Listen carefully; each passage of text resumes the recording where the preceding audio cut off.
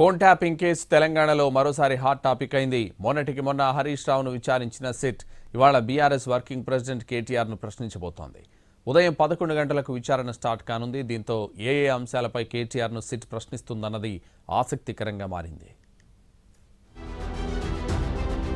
తెలంగాణలో సంచలనం సృష్టించిన ఫోన్ ట్యాపింగ్ కేసులో మరో కీలక పరిణామం చోటు చేసుకుంది.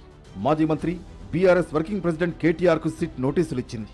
ఇవాళ ఉదయం 11 గంటలకు జూబ్లీహిల్స్ ఏసీపీ ఆఫీస్కి రావాలంటూ సిఆర్పిసి 160 కింద సిట్ నోటీసులు ఇచ్చింది.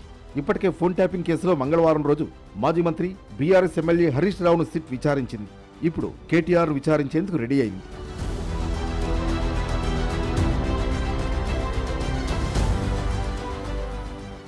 ఫోన్ ట్యాపింగ్ కేసులో సిట్ నోటీసులపై బీఆర్ఎస్ వర్కింగ్ ప్రెసిడెంట్ కేటీఆర్ స్పందించారు.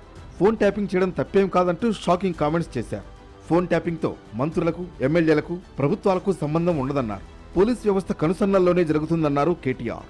పోలీసులు ఈ రోజు కాదు, నిఘా వ్యవస్థ అనేది శాంతి భద్రతల పరిరక్షణ కోసం, అట్లాగే ప్రభుత్వాల్ని అస్థిరపరిచే కుట్రలు ఎవరైనా చేస్తే దాని నుంచి ప్రభుత్వాలను కాపాడడం కోసం 1952 నుంచి నెహ్రూ గారి టైం నుంచి ఈ రోజు మోడీ గారి టైం. నాకు చాలా ఆశ్చర్యం అనిపించింది. ఇవాళ కేంద్ర హోంశాఖ సహాయ మంత్రి గారు ఏదో మాట్లాడినారు, చూసినారు మా ట్వీట్. ఏదో ఆయన హోంశాఖ సహాయ మంత్రి, ఆయన ఆధీనంలో ఉండే పోలీసులు కూడా ఇవాళ దేశంలో కొన్ని వేల ఫోన్లు వింటున్నారు. అది ఆయనకు తెలుసో తెలియదో నాకు తెలియదు. అంటే ఇది దేశ భద్రతకు, శాంతి భద్రతల పరిరక్షణకు, ప్రభుత్వాల స్థిరత్వానికి సంబంధించి పోలీసులు రొటీన్గా శాంతి భద్రతలు కాపాడాలి అనుకున్నప్పుడు జరిగే కార్యక్రమం. దానికి మంత్రులకు, ప్రభుత్వంలో ఉండే రాజకీయ నాయకులకు పాత్ర ఉండదు. ఇవాళ రేవంత్ రెడ్డి ప్రభుత్వం మా ఫోన్లు ట్యాప్ చేయడం లేదా, ప్రతిపక్ష నాయకుల ఫోన్లు ఇవాళ రేవంత్ రెడ్డి ట్యాప్ చేయడం లేదని ఒక్క అధికారి కెమెరా ముందుకు వచ్చి చెప్పే ధైర్యం ఉందా? చెప్తారా అఫీషియల్గా? వాళ్ళకి తెలుసు, చెప్పలేరు. ఎందుకు?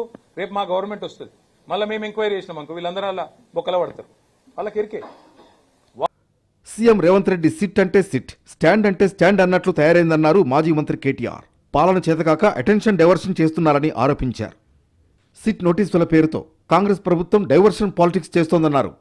సిట్ అంటే ఏముంటది బ్రదర్? సిట్ అంటే సిట్టు, రేవంత్ రెడ్డి గారు సిట్ అంటే సిట్టు, స్టాండ్ అంటే స్టాండ్. అది సిట్టు కాదు, పిట్టు కాదు. తెలుగులో ఆ సీరియల్ వస్తుంది కార్తీక దీపం అని, అది ఒడవది తెగది. ఇది కూడా గంతే. 2 ఏళ్ల కింద రేవంత్ రెడ్డి పాపం పరిపాలన రాదు, చేత కాదు, అసమర్థుడు, ఇచ్చిన హామీలు నిలబెట్టుకునే తెలివి లేదు. ఏదో ఒక రూపంలో అటెన్షన్ డైవర్షన్ గేమ్లు ఆడాలి.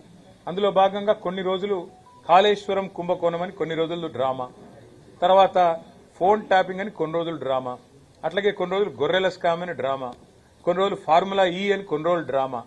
ఈ 2 ఏళ్లు ఈ డ్రామాలు, క్రైమ్ కథా చిత్రాలు, హారర్ చిత్రాలు తప్ప రేవంత్ రెడ్డి గారి ప్రభుత్వం సాధించింది, ప్రజలకు ఇచ్చిందేమో